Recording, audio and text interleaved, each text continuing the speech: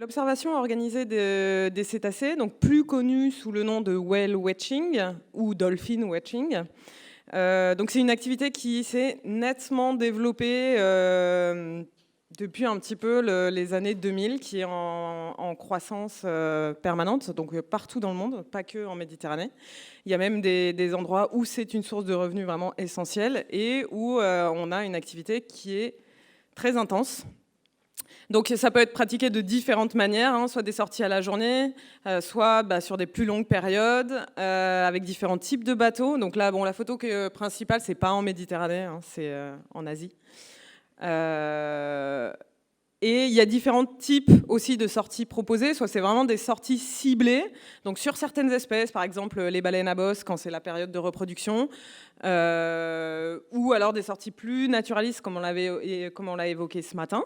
Donc soit c'est de l'observation depuis le bateau, soit des fois on propose aux passagers d'aller nager avec les animaux. Et on peut aussi, certains opérateurs s'accompagnent de moyens de détection aériens tels que les avions, de manière à maximiser les chances de rencontre avec les cétacés. Et donc on va voir comment ces activités d'observation de cétacés peuvent avoir un effet bénéfique, notamment en termes de sensibilisation auprès du grand public, mais aussi quand ça se développe de manière un petit peu très intense, très rapide et surtout pas très bien organisée, ça peut engendrer des problèmes sur les animaux. Donc pour discuter de cette problématique, alors j'ai quand même une autre slide. Ça c'est l'évolution en fait du nombre d'opérateurs qui proposent l'observation des cétacés en Méditerranée française depuis les années 80 jusqu'à aujourd'hui. Donc vous voyez que la courbe est croissante. Pour l'instant, il n'y a toujours pas de raison de penser que ça va s'arrêter ou plafonner.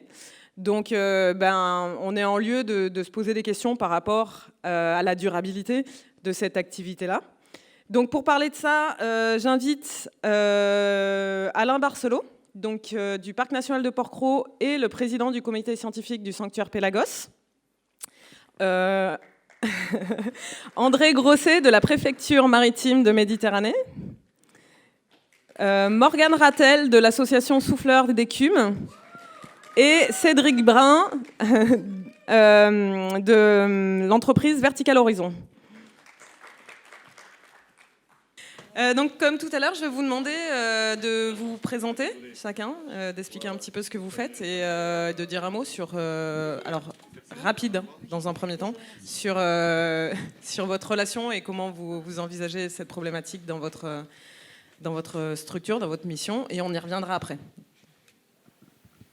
Oui, bonjour à tous, je m'appelle Cédric Brun, j'ai une structure d'observation de cétacés qui s'appelle Vertical Horizon, qui est une toute petite structure. Je travaille avec un petit bateau, un bateau semi-rigide de 8,50 m, et je fais mes départs de hier. Donc je travaille une bonne partie de mon temps dans Pélagos, mais pas que. Voilà, donc sur une zone, un rayon d'environ 50 km au large de Hyères, avec 12 passagers maximum à bord. Bonjour, Morgane Rattel, donc, je suis coordinatrice projet au sein de l'association Souffleurs d'écume. Souffleurs d'écume a deux thématiques principales de travail. C'est d'une part les collisions entre les cétacés et les navires de la marine marchande qui sera abordé dans la prochaine table ronde, et d'autre part donc le whale watching.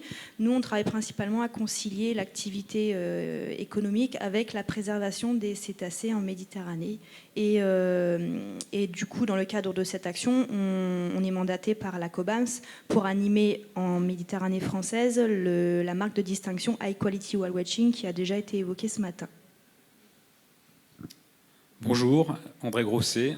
Je travaille à la préfecture maritime de la Méditerranée à Toulon et je suis adjoint du chef du pôle environnement. Et à ce titre-là, je m'occupe notamment des problématiques liées aux mammifères marins dans le cadre d'accords internationaux comme ACOBAMS ou Pélagos, mais également en national, en collaboration notamment avec le parc de Porquerolles.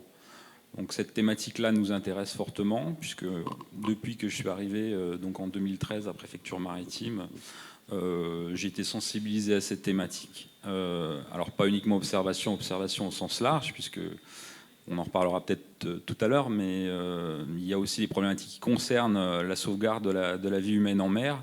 Donc on est très sensible à ces questions.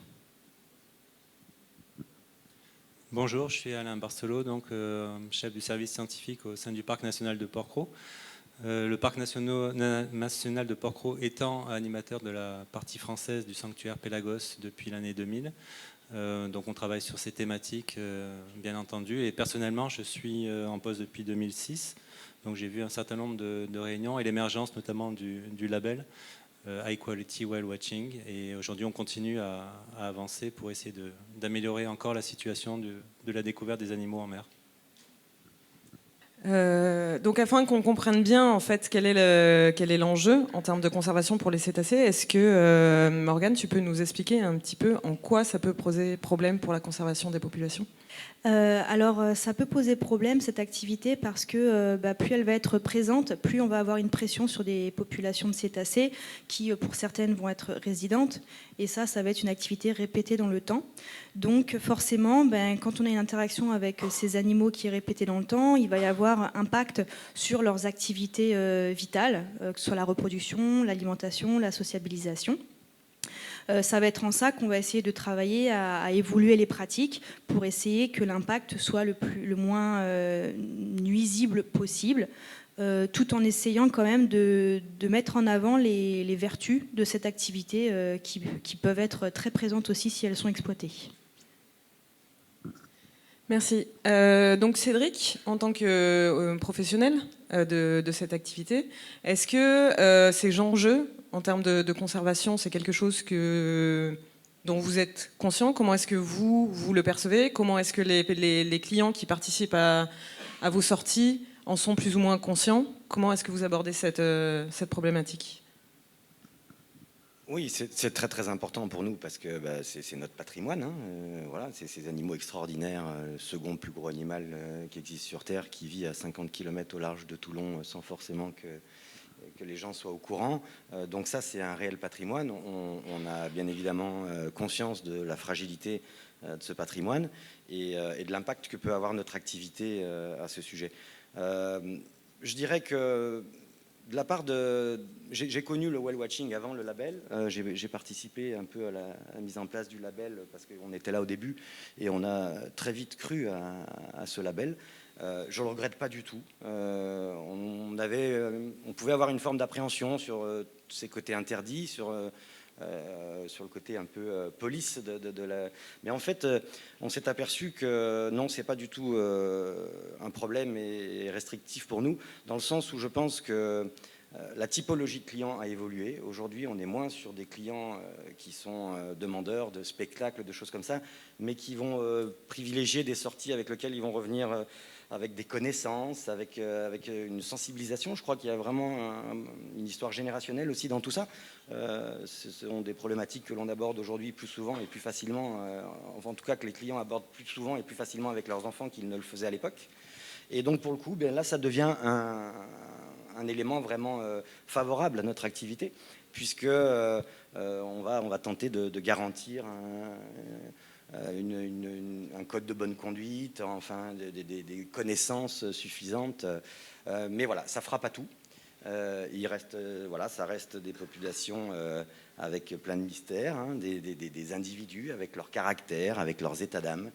Et ça c'est l'expérience qui nous amènera à interpréter rapidement un signe de dérangement, quelle attitude adopter en fonction de quelle typologie de groupe. Est-ce qu'on est en présence d'un breeding school, de femelles qui éduquent leurs petits? Est-ce qu'on est en présence de jeunes mâles? Et tout ça, il va falloir que nous, capitaines, nous adaptions notre approche de manière à essayer de réagir très rapidement si jamais on s'aperçoit que les animaux n'ont pas envie qu'on soit là. Et ça s'acquiert avec l'expérience. De la part de ces animaux, c'est assez facile. Ils sont très convaincants quand ils ont quelque chose à vous faire comprendre. Ils savent très bien le faire. Encore faut-il être attentif à ça. Voilà. Et puis après, je dirais qu'il y a peut-être aujourd'hui la question qui se pose de classer le whale watching sous deux formes différentes. Ce que j'appellerais le whale watching de masse. Des bétaillères, entre guillemets, qui vont donc embarquer plus de 100 passagers. et qui vont nécessiter des moyens de mise en œuvre bien évidemment très différents d'un bateau qui lui emmènera 10 passagers. Je pense à un semi-rigide. Vous direz que je prêche pour ma paroisse puisque je travaille moi-même avec un petit bateau. Tout ça pour vous dire que c'est quand même très différent. Je pense que l'impact est différent. Mais dans tous les cas de figure, l'apparition de ce label, les formations et le travail extraordinaire qu'a fait toute l'équipe de Souffleurs d'écume, je pense notamment à Pascal Mayol qui s'était battu bec et ongle au départ pour arriver à mettre ça en place. Et je crois que c'était indispensable, tout simplement. La courbe que vous avez montrée tout à l'heure le montre très bien. Moi, j'ai commencé à travailler, on était peut-être 8, 10 en Méditerranée. Aujourd'hui, on parle de bientôt 40 opérateurs. On s'aperçoit qu'effectivement, les choses ont beaucoup évolué, y compris dans la manière d'observer les animaux. Aujourd'hui, il y a certaines zones, je pense notamment à une zone qui est très productive au large de Toulon, Sanary-Bandol, où un nombre croissant d'opérateurs fait qu'aujourd'hui, il est possible que vous deviez patienter avant de pouvoir observer une baleine, que les petits copains aient terminé. Donc voilà, c'est quand même un signe, c'est clair, net et précis. C'est une activité qui est en pleine expansion, pour lequel on peut vite tomber dans des problématiques de dérangement. Par contre, si c'est bien fait, si c'est bien encadré, si les gens sont bien formés, ça peut être un canal extraordinaire pour la sensibilisation. On travaille avec des animaux qui sont un outil très facile parce que voilà, la charge émotionnelle avec ces animaux reste toujours très importante. Et donc pour nous, c'est très facile de faire de la sensibilisation et ne serait-ce que déjà de faire connaître ces animaux qui, pour la plupart du temps, la plupart des gens ne savent pas qu'on a ce patrimoine extraordinaire au large des côtes françaises. Et donc du coup, ça fonctionne. Ça fonctionne et je pense que c'est indispensable et qu'il va falloir, notamment au travers de journées comme celle-ci, les faire vivre, les faire évoluer, ces labels, ces codes de bonne conduite. Je milite toujours pour ajouter quelques lignes dans le code de bonne conduite. Chacun va apporter un peu ses idées. Voilà, je pense que c'était nécessaire et je remercie aujourd'hui Souffleurs d'écume pour ce travail extraordinaire ainsi que le reste des scientifiques qui nous ont aidés à amener la profession sur une image plus propre, parce qu'il n'y a pas que le whale watching de masse, il n'y a pas que ça, il y a aussi des gens passionnés qui vont pouvoir justement au travers de cette activité-là transmettre leur passion et des messages importants pour les générations futures. Merci Cédric. Du coup, j'ai entendu ton optimisme par rapport à l'activité et ce qu'elle pouvait apporter de bénéfique. Maintenant, j'aimerais poser la question donc à celui qui veut bien répondre. Est-ce que vous pensez que cette activité-là peut être compatible avec la conservation des populations en Méditerranée aujourd'hui et éventuellement dans les années à venir ?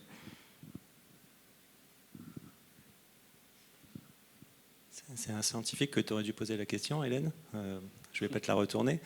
Mais ce que l'on peut voir, c'est qu'on a fait le nécessaire, et en tout cas on y travaille depuis plusieurs années au sein de Pelagos pour que ce label puisse émerger. Et c'est un honneur d'avoir un opérateur engagé autour de la table, et pas le moins engagé en plus. Donc c'est vraiment important d'avoir ce type de public qui aujourd'hui adhère aux valeurs de Pelagos et de l'approche et nous permet d'avoir... qui est finalement notre relais sur le terrain qui permet de promouvoir ce que l'on pense d'une bonne approche et de la bonne connaissance des mammifères marins. Ce qu'on a vu sur la courbe, c'est une augmentation croissante du nombre d'opérateurs. Donc, et d'après ce que tu dis, Cédric, c'est vrai que peut-être à un moment, il va falloir se poser la question. On commence à se la poser, mais on ne l'a pas encore formalisé sous la forme d'une étude, d'un besoin d'étude, mais de savoir si on n'est pas en train d'atteindre un seuil, une capacité de charge, pour utiliser un terme à la mode, de l'activité par rapport aux animaux. Aujourd'hui, moi, je n'ai pas d'éléments scientifiques qui me permettent de dire oui ou non. Donc forcément, on se tournera vers le public, le milieu des scientifiques, pour nous donner ces éléments-là, et également vers les professionnels qui connaissent bien ce dont ils parlent. Donc aujourd'hui, on a structuré l'activité, il y a un label qui existe. Il y a aussi des opérateurs qui ne sont pas aussi vertueux que celui qu'on a autour de la table. Donc en ce moment, il y a un arrêté ministériel qui est en train de sortir, qui va indiquer qu'une approche à moins de 100 mètres d'un mammifère marin constitue une perturbation intentionnelle pour ces animaux, sauf si ce sont les animaux qui approchent. Donc cet arrêté ministériel devrait sortir incessamment et je me tournerai prochainement vers mon voisin de droite qui représente la préfecture maritime pour décliner cet arrêté ministériel sur la façade méditerranéenne et préciser les règles d'approche des mammifères marins. Parce qu'autant dans la zone de 0 à 100 mètres, on aura un arrêté ministériel qui dira non, on dérange quand on est dans cette zone. Pour autant, le code d'approche High Quality Whale Watching dit que dans la zone des 100 à 300 mètres, qui est la zone de perturbation potentielle, on doit avancer, on doit venir et se déplacer d'une certaine manière. Les professionnels et ceux qui ont adhéré au code le savent et l'appliquent, les autres pas forcément. Donc aujourd'hui, au sens de Pélagos, ce que l'on va essayer de faire, c'est de demander à la préfecture maritime de rendre obligatoire pour les professionnels l'approche dans la zone des 300 mètres uniquement à ceux qui sont opérateurs labellisés. Donc ça, c'est la demande de Pélagos. On verra si on peut le transcrire dans les faits. C'est le premier axe sur lequel on va travailler. Il faut voir aussi si ce label apporte une plus-value. C'est une étude qui est en cours et que réalise actuellement le GIS3M. Est-ce que c'est intéressant pour un opérateur d'être labellisé ?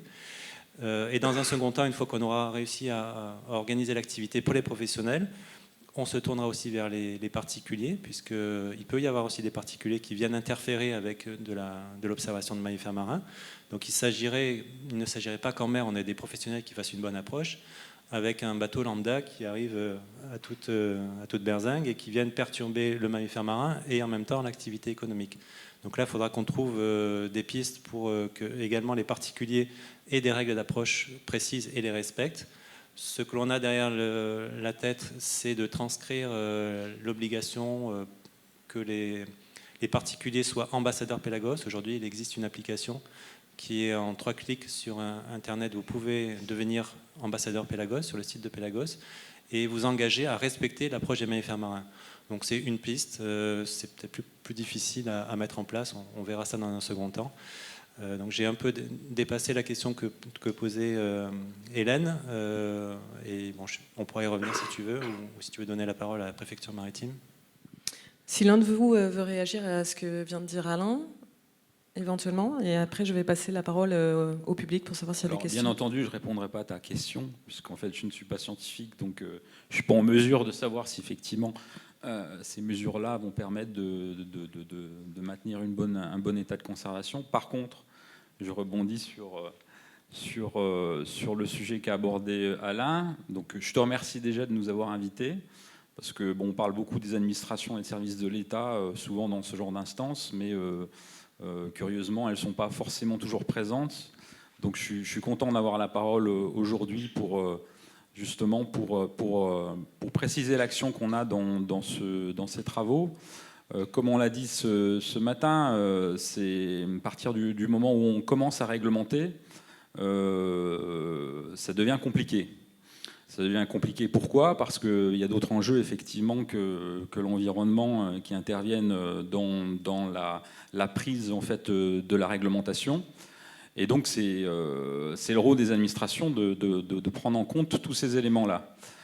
Pour ce qui concerne le fameux arrêté qui interdit la perturbation intentionnelle des mammifères marins, donc qui est en cours de modification, je précise que c'est un travail de longue haleine qui a débuté au moment où moi j'arrivais à la préfecture maritime, mais je pense que bien avant, les réflexions avaient été lancées sur ce sujet. Et donc je mesure la progression qui a été faite et qui a abouti justement à la modification de cet arrêté.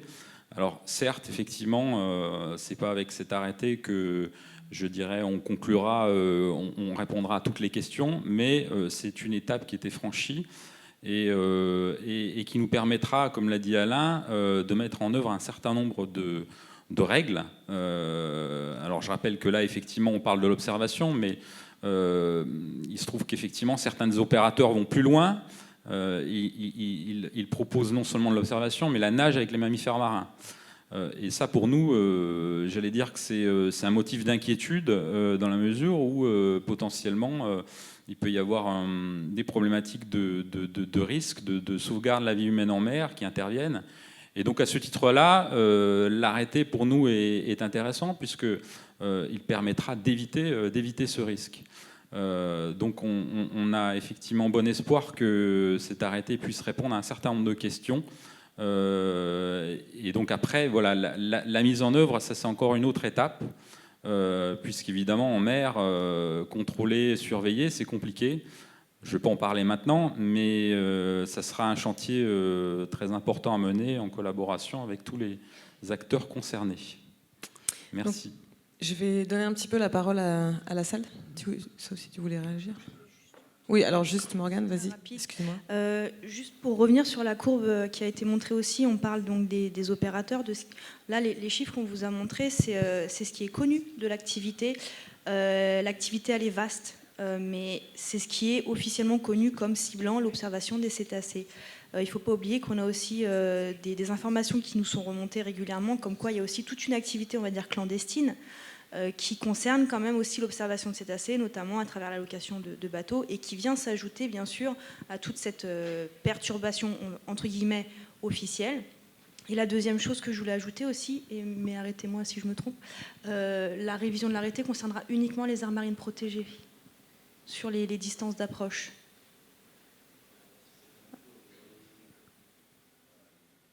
Pour l'instant, c'est pas encore arrêté.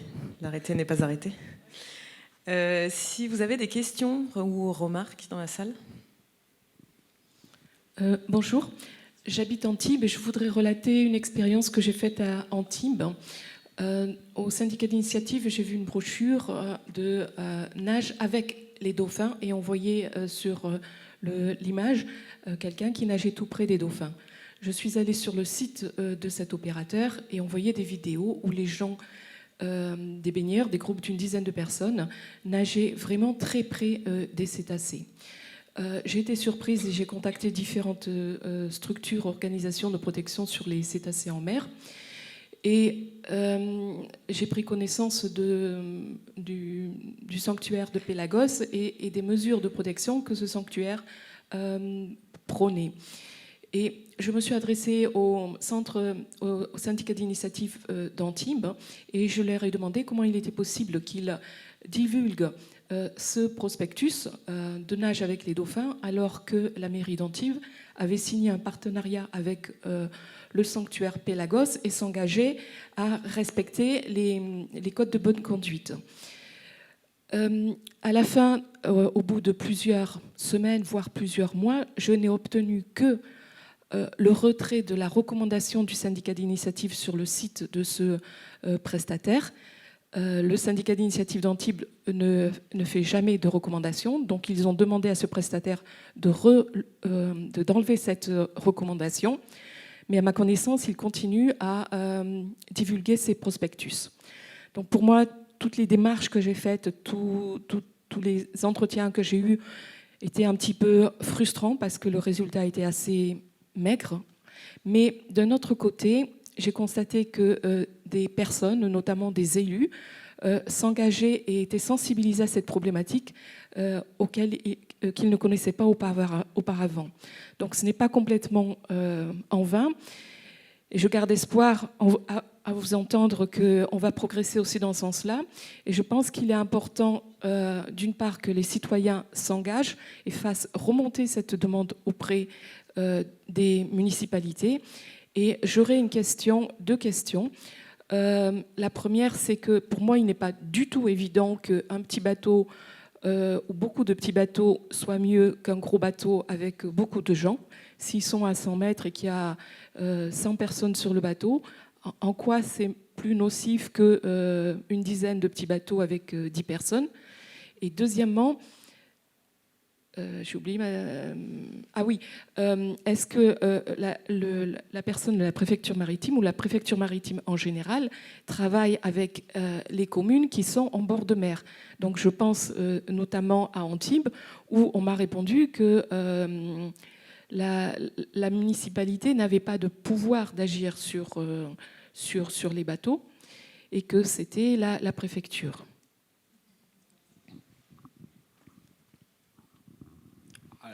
La préfecture a un certain nombre effectivement de compétences en mer. notamment au-delà de la bande des 300 mètres. Alors, pour ce qui concerne spécifiquement donc les pratiques de ces opérateurs, là pour le coup, donc on a parlé de cet arrêté, ce fameux arrêté en cours de révision, qui permettra justement de préciser la façon dont les observations se feront. Donc la question, si la question c'est de savoir si effectivement il y a une réglementation ou pas, il y aura une réglementation qui précisera ce que peuvent faire les opérateurs. En l'occurrence, la nage avec dont vous parlez, de fait, si on considère qu'il y a un cercle d'exclusion de 100 mètres autour des mammifères marins, ce sera compliqué d'être au contact des animaux. Pour ce qui concerne spécifiquement la commune d'Antibes, alors bon, je parle sous couvert de mon collègue du parc, mais si effectivement elle adhérait à la charte Pélagos, elle est censée respecter notamment le code de bonne conduite et la façon dont les opérateurs doivent observer les animaux. Donc c'est assez effectivement curieux qu'on ne vous ait pas informé, que vous n'ayez pas eu un contact qui puisse vous préciser ces choses-là. Alors, peut-être que tu peux rajouter quelques mots à ce sujet, mais... J'ai eu le directeur du syndicat d'initiative de la ville d'Antibes. Donc le syndicat est subventionné par la ville d'Antibes et je lui ai évoqué clairement cette contradiction.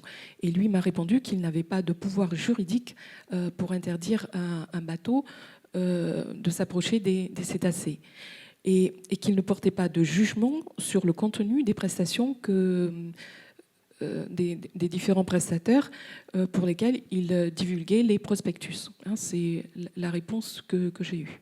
Et moi, je trouve ça absolument insatisfaisant. Et donc, je continue au niveau de la mairie. Mais je trouve que c'est vraiment difficile. Alors, je vous confirme qu'effectivement, il n'a pas de pouvoir réglementaire. Par contre, si effectivement il est adhérent à la charte, il a la capacité de promouvoir ou pas certaines activités. Donc là, pour le coup, effectivement, je m'interroge sur la réponse qu'on vous a apportée. Je pense qu'on a eu des échanges de mails tous les deux. Donc je mets un visage sur un échange de mails. On peut, nous, agir à plusieurs niveaux. En tout cas, par rapport à la commune d'Antibes, qui est une commune partenaire du sanctuaire, chaque commune, nous les rencontrons une fois tous les 3 ans, ou un petit peu moins, pour évaluer la poursuite du partenariat et évaluer la qualité du partenariat. Donc j'ai bien noté qu'avec cette commune, on a un point dur à évoquer dans notre prochain entretien. Il est clair qu'une commune partenaire se doit de promouvoir des comportements qui sont compatibles avec la préservation des mammifères marins. Or, la nage n'est pas dans les comportements que l'on promeut pour Pélagos et sont opposés. Donc c'est clair qu'on aura une discussion avec cette commune pour savoir de quelle manière ils envisagent de changer leur comportement. Ils ont pour consigne de diffuser l'information de Pélagos sous la forme de dépliants, de panneaux et autres, mais aussi de ne pas valoriser des comportements qui sont inacceptables. Donc ça va s'arranger, je pense, déjà dans un premier temps avec l'arrêté ministériel. C'est pour ça que je suis un peu dans l'attente. On attend d'avoir les bases juridiques, qui est ce fameux arrêté ministériel qu'on attend depuis maintenant 10 ans. Donc une fois qu'il sera sorti, et comme le disait André Grosset de la préfecture maritime, le comportement d'aller volontairement au plus près des animaux à moins de 100 mètres sera considéré comme une perturbation intentionnelle, donc pourra donner lieu à une verbalisation. Ce sera très clair et cela pourra être mis en application. Une fois qu'on aura cette base juridique, on sera quand même plus tranquille pour avancer sur le reste.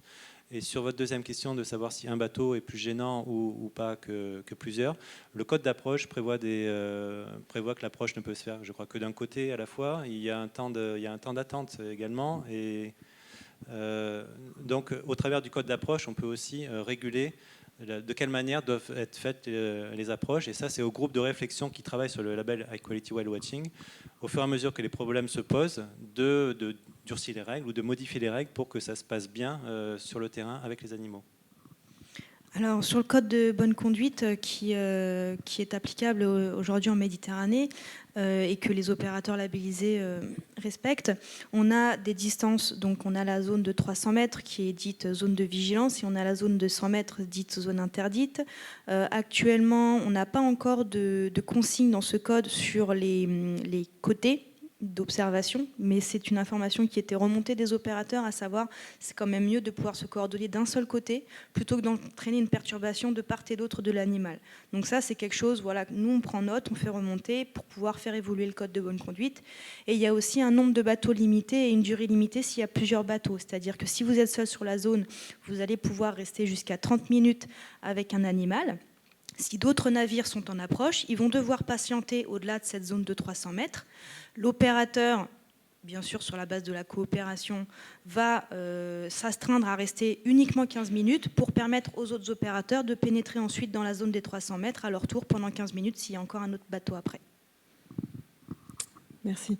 Alors, j'aimerais bien qu'on précise un petit peu les différents outils, notamment juridiques, qui permettent, parce qu'on a bien compris qu'en fait, c'était une question de dérangement et qu'en respectant des approches bien conduites, on limitait notamment le dérangement. Et j'aimerais bien qu'on refasse un peu le point sur ce qui se passe, ce qui est possible ou pas, parce qu'on voit que c'est compliqué, on ne comprend pas comment ça se passe en mer, pourquoi, qui n'interdit pas, qui interdit, comment ça se passe, à la fois au niveau volontaire du label, mais aussi au niveau donc, local, éventuellement régional, national et international. De quel outil on dispose et pourquoi ça peut être compliqué de faire respecter ces bonnes conduites. Là, aujourd'hui, j'allais dire qu'en termes d'outils juridiques, on a presque rien. On a un arrêté, mais un arrêté qui interdit la perturbation intentionnelle. Donc, qu'est-ce que la perturbation intentionnelle ? Ça fait maintenant plus de 10 ans, comme disait Alain, qu'on travaille là-dessus. On n'a jamais pu, du coup, le résultat, c'est qu'on n'a jamais pu appliquer cet arrêté. Là, le vrai enjeu de la modification de cet arrêté, ça sera de pouvoir définir des zones autour des animaux qui permettent de contrôler finalement l'activité d'observation des mammifères marins. Alors la difficulté que je vois, moi, mais bon, ça c'est le groupe de travail, les groupes de travail qui vont se réunir, qui permettront d'éclaircir ces questions-là. C'est d'une part, on se trouve en haute mer. Donc c'est vrai qu'aller contrôler en haute mer, c'est compliqué. Vous n'avez pas uniquement les conditions météo, mais tous les navires ne peuvent pas aller au large. Ensuite, c'est des zones, effectivement, comme on a vu, des zones internationales. Donc si dans ce cas-là, qui c'est qui intervient ? Là, pour le coup, l'arrêté dont on vous parle ne concerne que les eaux françaises. Donc, qu'est-ce qu'on fera en dehors des eaux françaises, en zone Pélagos ? Aujourd'hui, on n'a pas tranché ces questions-là. Donc, si on revient vers les eaux françaises, l'arrêté pourra s'appliquer, mais la difficulté que je vois, c'est des cas où effectivement les opérateurs nous disent les mammifères marins, effectivement. Sont mobiles et en fait il faut arriver au bon moment, au bon endroit pour pouvoir faire constater une infraction. Donc ça sera un des enjeux de l'application de cet arrêté, c'est quels outils on disposera pour pouvoir surveiller et contrôler. Voilà, donc il y a beaucoup de questions aujourd'hui qui restent en suspens. Moi, je pense qu'il y a une grosse avancée, c'est effectivement la définition finalement d'une zone d'exclusion, parce que comme je disais tout à l'heure, il y a de fait des activités qui ne pourront plus s'exercer. Donc ça, c'est déjà important. Pour le reste, effectivement, on a parlé des labels. Il y a le fait qu'effectivement, il y a un gros travail déjà qui était fait en amont pour sensibiliser les opérateurs. Donc le fait qu'il y ait une réglementation qui s'ajoute, ça va finalement dans le bon sens et conforter finalement les opérateurs dans le travail qu'ils ont réalisé. Et alors une question un peu complexe. Du coup, là, on va disposer de deux outils. Un outil volontaire, le label, et un outil juridique, contraignant. Est-ce que la combinaison des deux va peut avoir un effet synergique, ou est-ce que le fait de la réglementation ne va pas de fait démotiver d'éventuels opérateurs qui voudraient aller vers une démarche volontaire? Je me retourne peut-être vers Cédric. Non, je ne crois pas que ça ralentisse la volonté des opérateurs, que ça les inquiète en tout cas. Mais je pense qu'il faut aller au-delà, moi. Je rejoins ce que disait Alain, et je pense que la problématique du whale watching en Méditerranée est propre à la Méditerranée. Ce ne sont pas du tout les mêmes problématiques dans le golfe du Saint-Laurent, au Canada, dans un estuaire, qu'au large, avec une zone immense comme celle que l'on a au large de nos côtes. Je pense que la courbe de tout à l'heure, moi, m'affole. Je ne vois pas d'autre moyen que le numerus clausus et puis le permis de naviguer qui rapporterait des sous à la communauté scientifique, qui permettrait de limiter, voilà, c'est mathématique, il y a tant d'animaux, il y a tant de bateaux qui pourront aller les voir, et puis on attendra qu'il y ait une place qui se libère pour en prendre une, parce que tout simplement, il n'y a pas la place pour plus de bateaux aujourd'hui. Si on veut continuer à mener cette activité de manière pérenne, je crois qu'il faut à tout prix passer par un système qui nous permette de limiter la possibilité des bateaux d'aller dans cette zone-là et de travailler avec ces animaux-là. Je crois qu'on a des réactions dans la salle sur ce sujet. Je pense qu'à la base, le problème fondamental, c'est de limiter les interventions.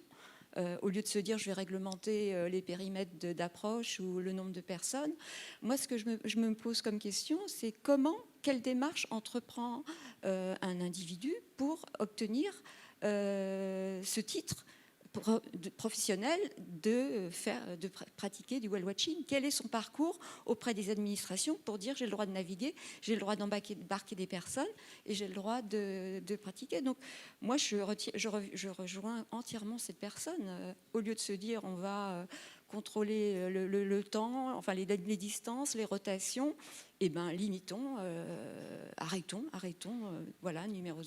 Là, en quelques années, on est passé de 0 à 38. Je vois pas pourquoi ça s'arrêterait. Hein. L'être humain cherche toujours là où il y a de l'argent à tirer. Il n'y a pas de raison que ça change. Donc, quelle est la démarche qu'il faut faire pour devenir un opérateur? Voilà, c'est une question simple. Quelles compétences il faut avoir, etc. Voilà. Alors, pour être très synthétique, l'activité de whale watching aujourd'hui, contrairement à une activité, par exemple, de balade, de plongée, de pêche, l'activité de whale watching est une activité qui, en soi, dans les statuts, n'existe pas. C'est-à-dire que on ne va pas avoir un individu qui dit bon moi je veux être opérateur de whale watching. On a des gens qui nous contactent des fois, je veux être opérateur, qu'est-ce qu'il faut faire? Il dit ma foi, il n'y a rien à faire en fait. Hein. Si vous avez l'autorisation de transporter des passagers, vous pouvez faire ce que vous voulez avec cette autorisation à partir du moment où vous respectez des règles de sécurité à bord. Voilà. Donc, il n'y a pas d'étiquette à mettre. Vous êtes opérateur officiellement. Donc, et c'est par là qu'il faut passer avant de pouvoir mettre en place justement des encadrements bien fermes sur une activité. Il faut pouvoir cadrer l'activité. C'est aussi pour ça qu'on a beaucoup d'opérateurs. Pardon. Je faisais le parallèle. Il y avait un monsieur qui avait une question. Non, c'est rapide. C'est juste donc un témoignage où on parlait du code dans l'approche. Et cet été, j'étais donc au Canada sur la côte du Pacifique. Et pour la première fois de ma vie, j'ai été client du whale watching. Bon. Alors, déjà 45 minutes donc, de mer pour aller au fond d'un fjord pour espérer voir un cétacé. 45 minutes aller, 45 minutes retour. Un temps très précieux pour que la capitaine du navire explique effectivement dans quel contexte cette sortie en mer dont se faisait. Et en fait, nous sommes restés sur zone, même pas 10 minutes. Et j'ai bien apprécié donc, l'approche. On était, je pense, 300 mètres, voire même un peu plus. Il y avait donc un animal qui se déplaçait, qui plongeait, qui remontait. Et en fait, l'approche s'est faite à vitesse très réduite. Et ensuite, arrivée à la distance que la capitaine a estimée suffisante, elle a stoppé les moteurs.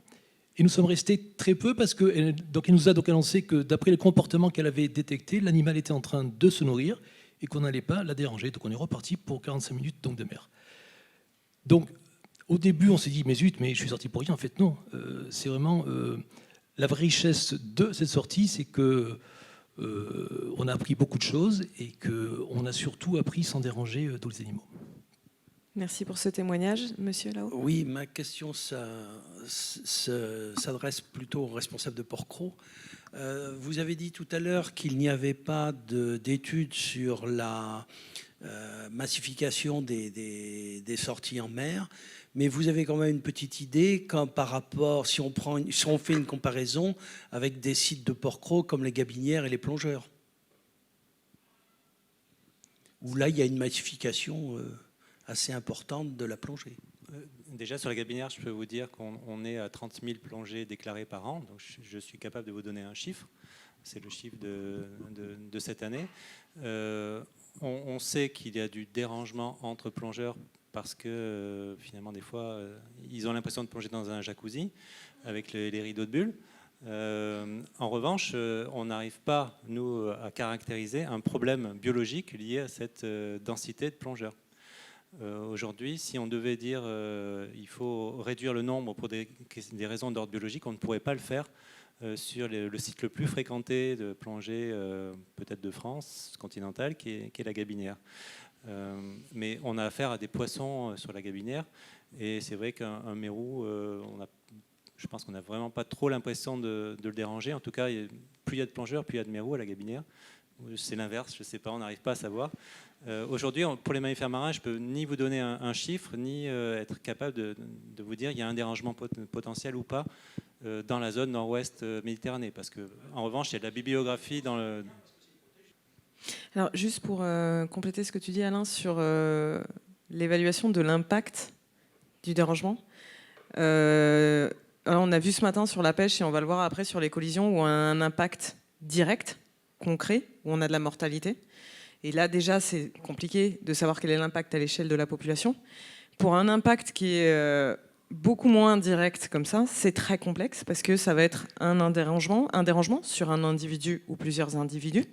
Combien de fois, à quelle importance, à quelle fréquence il est dérangé, qu'est-ce que ça va induire sur son comportement, qu'est-ce que ça va modifier sur son comportement et donc sur sa physiologie et donc sa capacité à être en bonne santé en tant que d'individu, et quel impact ça va avoir à l'échelle de la population.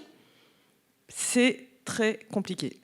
Et c'est très compliqué, d'autant plus qu'on a encore un petit peu de mal à connaître bien, caractériser bien les populations, leur statut de conservation et leurs tendances. Donc les scientifiques travaillent à la question, on a des méthodes pour le faire, mais ça veut dire caractériser une modification de comportement et la traduire en impact sur la survie et l'évolution d'une population. Donc il y a vraiment beaucoup d'échelons à franchir d'ici là, et c'est très compliqué à caractériser. Oui, moi j'ai une petite question du coup par rapport en fait au survol aérien, puisque c'est pratiqué surtout de ce côté-là hein, finalement, et en sanctuaire pélago. C'est donc par rapport à l'arrêté qui est prévu finalement pour vraiment limiter l'intention de perturbation. Qu'en est-il du survol aérien? Est-ce que c'est quelque chose qui va être abordé là-dedans, ou c'est pas dans la préfecture maritime puisque c'est aérien, mais est-ce que ce volet-là va être pris en considération? Dans un premier temps, en fait, on peut dire que le survol aérien sert principalement à une activité intense de whale watching, avec parfois des slogans satisfaits ou remboursés. C'est-à-dire que si les gens ne voient pas des mammifères marins, certains opérateurs, je ne sais pas si ça existe encore, mais c'était le cas, ouais, c'est le cas, me fait signe Morgane, vont rembourser la sortie. Donc là, il faut voir du mammifère marin quoi qu'il arrive, sinon on en est de son chiffre d'affaires. Et ça, c'est relatif souvent à des activités de nage avec les cétacés. Donc le nouvel arrêté qui va caractériser le dérangement dans la zone des 100 mètres devrait logiquement mettre un terme aux activités de nage. En tout cas, on l'espère.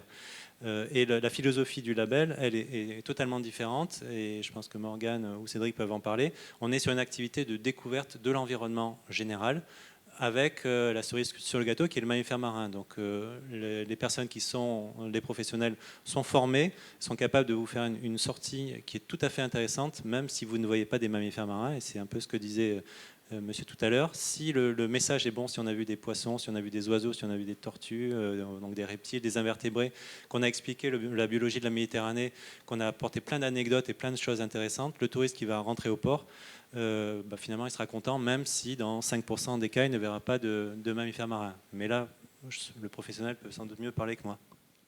Là-dessus, vous alliez peut-être. Non, simplement, j'ai compléter, apporté un petit complément, bien qu'effectivement, la réglementation concernant le survol, le survol d'avions ne soit pas de la compétence de la préfecture maritime. En fait, il y a quand même une réglementation qui fait qu'en deçà d'une certaine altitude, il est interdit de survoler la mer pour des questions de sécurité.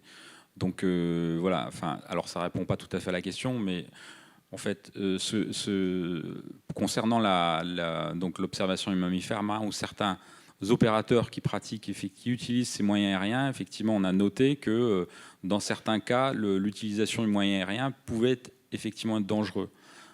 Donc il y a quand même une réglementation qui s'applique dans ce domaine-là également, quoi. Pas pour effectivement en termes environnementaux, mais en termes de sécurité. Oui, s'il vous plaît. Dans le cadre de la prévention, est-ce que dans les écoles de marine marchande, ou quand on a l'obtention d'un permis de naviguer, est-ce qu'il y a une formation pour l'observation, les bonnes règles de conduite? Donc ça, c'est la base.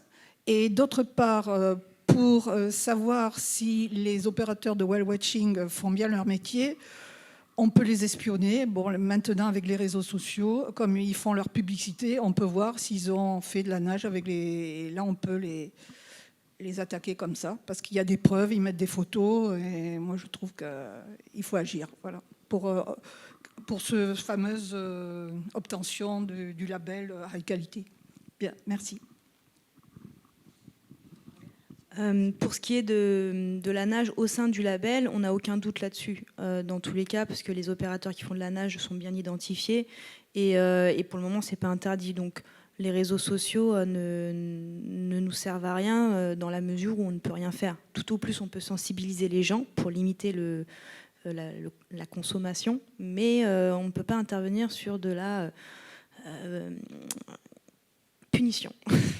L'autre question qui était sur les cursus de formation, donc nous, sous Fleur d'Écume, avec notre casquette whale watching, mais surtout aussi la casquette collision, on va dire, je vais le dire très synthétiquement, on intervient au sein de l'École nationale supérieure maritime qui est basée à Marseille, et on dispense des séminaires, et depuis des années maintenant, auprès des élèves de 3e année, qui sont en cursus de formation, et on constate qu'effectivement au sein des écoles de formation maritime, que ce soit les grandes écoles comme celle-ci ou des écoles plus petites, il n'y a pas d'aspect, on va dire, relatif à la biodiversité, à la protection de l'environnement. Ça fait partie des nouvelles mesures à mettre en place progressivement, mais c'est pas encore existant. Pourtant, c'est des gens qui passent leur temps en mer et qui devraient avoir cet aspect-là intégré directement dans leur cursus. Il y en a qui le font. Je sais qu'à une époque, je ne sais pas si c'est encore le cas, mais par exemple, les éditions Edizer, qui font les permis bateaux en ligne, entre autres, avaient eu la volonté d'intégrer des aspects relatifs à l'approche des cétacés directement dans les questions du permis. Et d'autres écoles le font sur la base du volontariat, de faire intervenir des personnes pour présenter les aspects relatifs aux cétacés, mais pas que. Voilà. Mais pour le moment, ce n'est pas encore instauré à l'échelle nationale et obligatoire.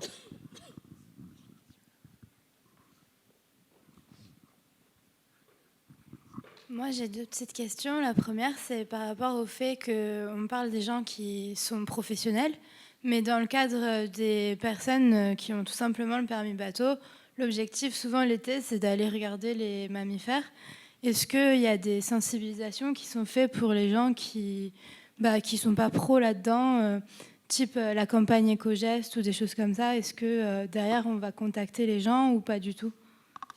Je pense qu'on est en relation, toutes les aires marines protégées, puisqu'il y en a plusieurs dans la salle, sont en lien avec la campagne éco-geste et passent des messages qui portent sur l'approche des mammifères marins. Nous, en tant que Pélagos, on a aussi nos dépliants qui indiquent quel est le code d'approche et comment approcher un mammifère marin. Et par le relais des communes, et on a entendu parler de la commune de Villefranche-sur-Mer qui est ici, donc je sais qu'elle ne promeut pas la nage avec les cétacés. Et ces communes-là passent le message d'une bonne approche.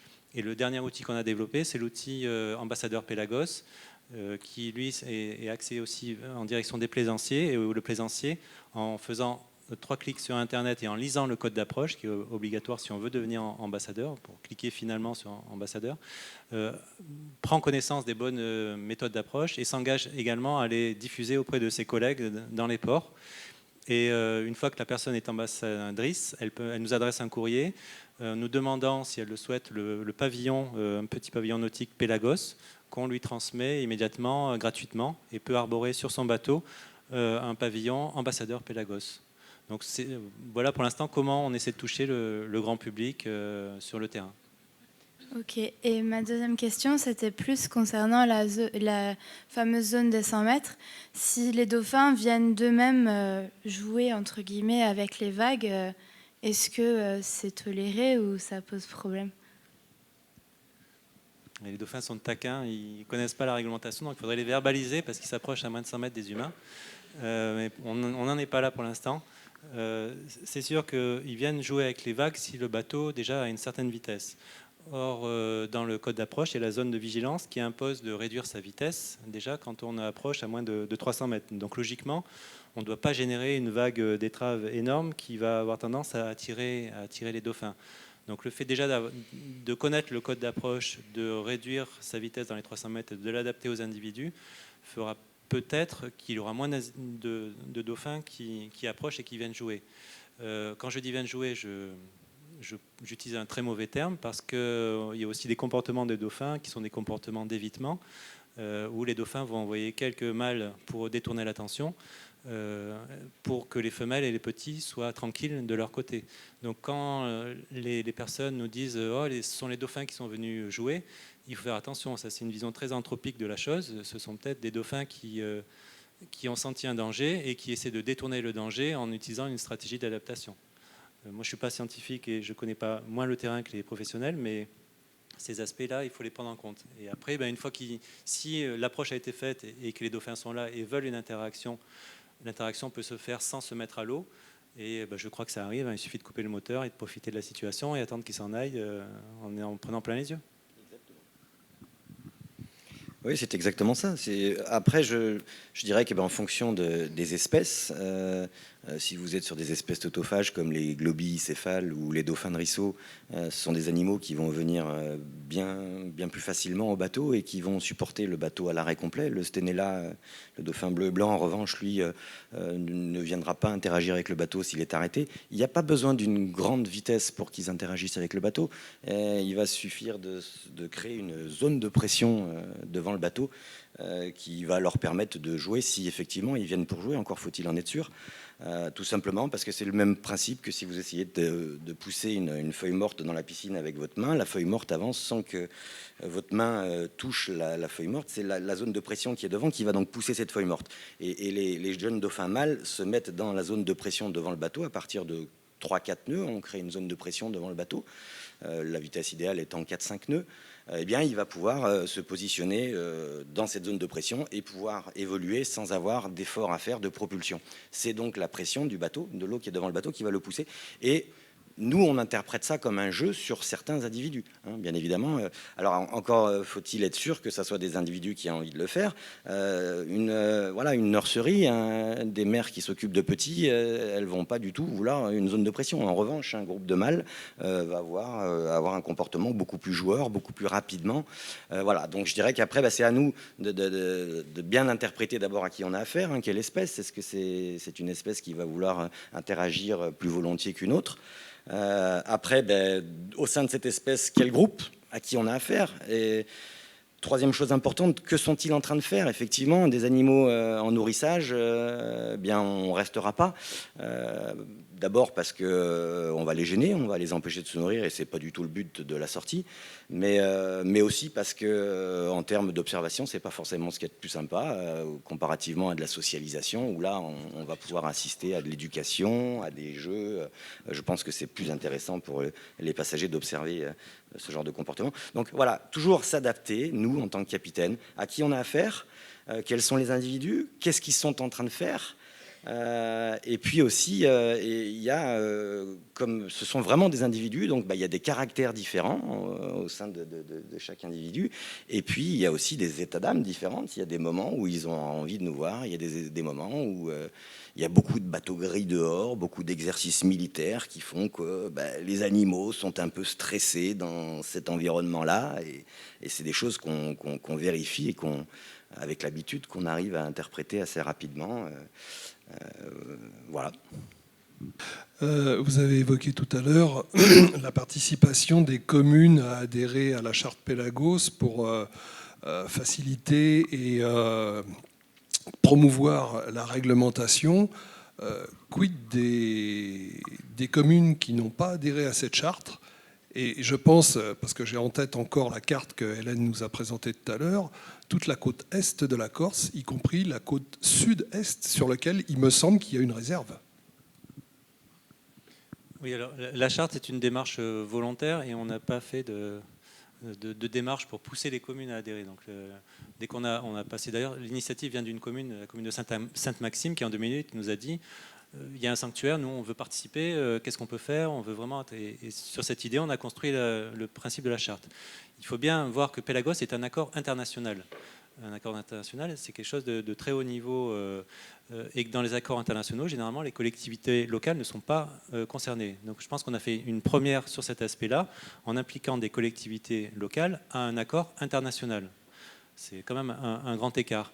Donc il ne faut pas s'attendre non plus à avoir toutes les communes qui adhèrent, mais vous voyez que sur le littoral continental, on commence à avoir quasiment 100% des communes. La Corse, c'est un cas particulier parce qu'on a fréquemment des petits villages éloignés du bord de mer, ce qui fait qu'on a une faible adhésion au niveau de la Corse. La stratégie que l'on a aujourd'hui, c'est, et on a vu que Nice Côte d'Azur a déjà délibéré, c'est de faire délibérer, Cannes Île de Lérins aussi, la CARF va pas tarder à le faire. On va élargir au niveau international la possibilité pour les collectivités, enfin les EPCI, les établissements publics de coopération intercommunale, métropole, communauté de communes, etc., la possibilité et la valorisation au niveau international d'adhérer à la charte Pélagos, ce qui fait qu'en Corse, on va avoir une bien meilleure adhésion. On le voit, les petits villages corses avec 100 personnes et un maire qui fait secrétaire de mairie, balayeur et qui fait tout. Il ne pense pas, il n'a pas de temps pour faire ça. Donc ça va beaucoup s'améliorer quand on passera à ce niveau-là de façon officielle au niveau international. Je n'ai pas la carte en tête, mais je ne sais pas si Porto Vecchio adhère à Pélagos ou pas. Pour l'instant, je pense... Il ne me semble pas que ce soit un petit village. Magali fait un signe à la salle. Il y a Magali qui gère les chartes, mais je ne pense pas qu'il le soit. Mais ça viendra sans doute. Et les compétences des communes sur Pélagos, c'est pas énorme. Une commune est compétente que jusqu'à 300 mètres des côtes. Donc ce qu'on attend des communes, c'est simplement qu'elles ne fassent pas d'actions qui vont à l'encontre des mammifères marins, et puis qu'elles soient nos relais d'information sur le terrain, via les ports, les offices du tourisme. Et on l'a vu sur Antibes, il y a encore du travail à faire au niveau des syndicats d'initiative ou autres. Et finalement, qu'elles soient les bras armés de Pélagos pour que les gens qui accèdent à cet espace et soient passés par un filtre dans lequel ils auront recueilli toute l'information nécessaire. Alors, donc le temps est bientôt écoulé. Donc je vais juste vous demander très très brièvement, chacun votre tour, de nous dire, selon vous, aujourd'hui, qu'est-ce qu'on peut ou qu'est-ce qu'on doit faire pour accompagner les mesures qui sont en place, les accélérer, les développer, pour que vraiment, dans les faits et dans l'inconscient et la conscience collective, faire prendre conscience de ce dérangement et de simplement arriver à des pratiques respectables et durables de cette activité-là. Brièvement. Brièvement, je crois qu'il faut poursuivre... Il faut poursuivre ce travail, il faut bien évidemment continuer à encadrer toujours plus, toujours mieux. Voilà, et puis je vous l'ai dit, pour moi, peut-être aller jusqu'au numerus clausus, et puis voilà, de faire le maximum à ce niveau-là, parce qu'on va avoir un problème, ça c'est certain. Heureusement que tout ce qui a été mis en place a été mis en place, justement, parce que je pense qu'aujourd'hui, ça serait n'importe quoi si jamais on n'avait pas cette structure et ce cadre.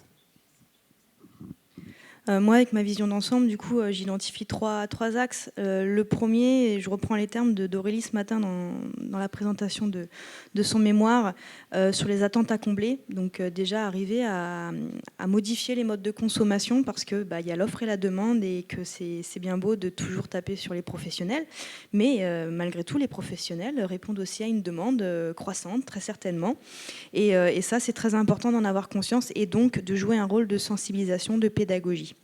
Le deuxième axe, c'est de continuer, comme on le fait tous aujourd'hui, et c'est très bien, mais d'aller encore dans ce sens, à travailler les différentes instances ensemble, de décloisonner pour pouvoir porter à plus haute échelle donc, des demandes et pouvoir plaidoyer conjointement sur des problématiques identifiées sur le terrain. Et le troisième axe, de continuer à entretenir des relations avec les professionnels pour améliorer ensemble les pratiques et non pas justement cloisonner les professionnels d'un côté et le gestionnaire de l'autre. Parce que c'est ce qui peut faire défaut aujourd'hui dans la gestion et la protection des cétacés et autres domaines biologiques. Bon, comme je l'ai dit tout à l'heure, effectivement, le gros chantier qui s'ouvre à nous, c'est, en tout cas à service de l'État, c'est de mettre en œuvre le projet d'arrêté interdisant la perturbation intentionnelle des mammifères marins. Et de façon plus générale, en fait, mais peut-être que vous en êtes conscient, il y a une grosse problématique aujourd'hui qui dépasse le cas des mammifères marins, mais l'environnement de façon générale, à savoir le développement notamment des aires marines protégées, qui nous impose aujourd'hui j'allais dire, d'aller plus loin dans la problématique de protection, de gestion de ces aires marines protégées. Pélagos en fait partie, de façon à non seulement surveiller mieux en fait ces aires marines protégées, mais aussi introduire des volets de réglementation qui permettent donc d'être plus efficaces dans la gestion de ces aires marines protégées. Donc j'allais dire, cet arrêté s'inscrit dans un projet plus global d'être plus efficace dans la protection de l'environnement. En complément de ce que j'ai dit, je pense que vous avez abordé la plupart des sujets, mais il y a deux sujets qui m'intéressent. On l'a vu, je pense qu'il y a l'implication individuelle, c'est le cas de la dame qui est dans la salle d'Antibes. Je pense qu'il faut qu'il y ait une pression de la société civile, des individuels et des associatifs pour forcer, nous, institutionnels, parce que moi je suis un agent de l'État, à agir, et ça nous fait bien d'avoir des pressions positives qui vont dans le sens que l'on veut, parce que ça oblige, ça part de tout en haut, et nous on n'est que des déclinaisons des décisions qui sont prises en haut, donc allez-y, vous gênez pas. Le second axe que je vois qui est important, et je vais prendre deux exemples précis. Var Matin de cet été avec la une du journal Nager avec les cétacés, ou le reportage de mardi soir sur France 2, que vous avez peut-être vu, avec des grands ambassadeurs de l'apnée qui vont nager avec des globicéphales. Donc le message là, ce message-là, on peut derrière nous faire toute la sensibilisation que l'on voudra. Tout le monde a envie d'aller nager avec des mammifères marins, et on va avoir une pression du public qui est énorme. Donc il s'agit qu'on travaille fortement avec Var Matin. Var Matin devait sortir dimanche un 4 pages, mais il y a eu des inondations, donc il ne l'a pas fait. Donc ça va sortir Nice Matin, Var Matin dans ces jours-ci sur Pélagos. Il faut travailler avec ces médias locaux, il faut arriver à bloquer les messages négatifs qui peuvent faire passer parce qu'ils nous font beaucoup de mal. Quant à la télé, là aussi il y a du travail. J'étais en relation ce matin avec le réalisateur du reportage pour faire passer les messages. Et puis les grands ambassadeurs qu'on peut avoir qui ont une voix qui porte, Guillaume Néry mardi ou Stéphane Mifsud ou autres, ces personnes devraient s'engager maintenant à nos côtés et porter les valeurs de Pélagos. Or aujourd'hui, c'est pas encore le cas. Et il faut qu'ils comprennent qu'il faut changer la perception qu'ils ont des mammifères marins et promouvoir une approche qui est quand même plus respectueuse, parce que même si c'est très beau de nager avec les mammifères marins, c'est valable quand on est tout seul, mais s'il y a 100 000 personnes qui ont envie de le faire demain, ça va nous poser des problèmes. Merci beaucoup à vous quatre d'avoir accepté de contribuer à cette table ronde.